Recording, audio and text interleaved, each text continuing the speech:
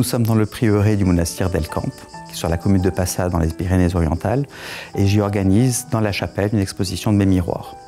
La chapelle est un endroit idéal pour moi, puisque en fait, dans sa simplicité, elle permet de pouvoir révéler le travail qui est fait dans un cadre qui me semble tout à fait idéal.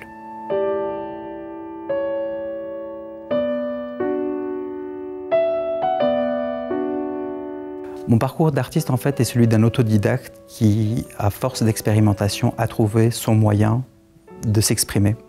Et ce qui m'a toujours animé, en fait, ça a été la nouveauté.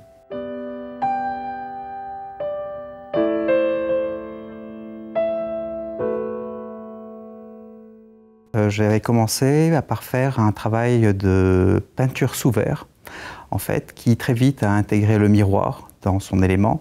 Et petit à petit, en fait, le miroir a pris toute la dimension, toute la place. On s'est débarrassé de la peinture. Et finalement, le miroir est le point de départ, le point d'arrivée, avec un travail entre, de manière à pouvoir créer sur cette surface. Et c'est à la fois un mode d'expression d'une extrême banalité. On a tous des miroirs chez soi. Et puis à la fois d'imaginer que ce miroir est un support de création et d'expression artistique, au même titre qu'une toile.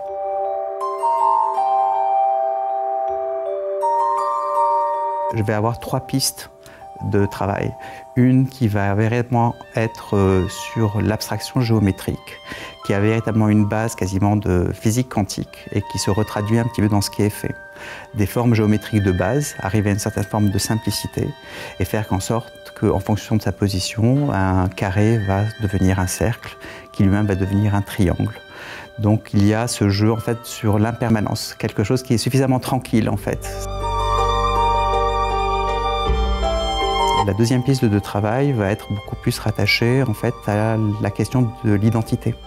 Donc le point de départ était véritablement des miroirs avec un motif qui était celui du camouflage, qui vient poser la question suivante. Faut-il faire confiance au support miroir qui ne fait que refléter, ou faut-il s'arrêter en fait à ce que dit le sujet de l'œuvre ou du tableau, qui est « je dissimule ».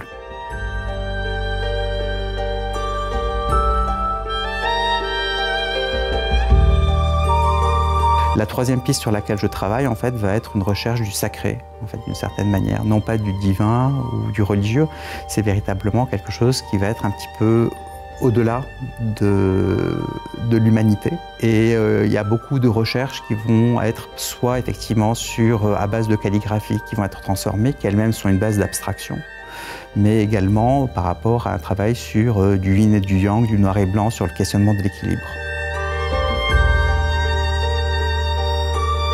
Au départ, en fait, on a l'impression qu'un miroir est fait pour se regarder.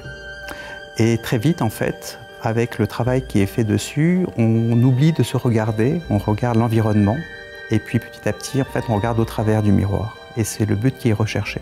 À chaque fois, il s'agit en fait de motifs qui vont être une source d'inspiration, comme une envie de traverser la frontière et d'arriver en fait à rentrer dans son monde qui va être personnel. C'est la clé d'un voyage qui est pour chacun le sien.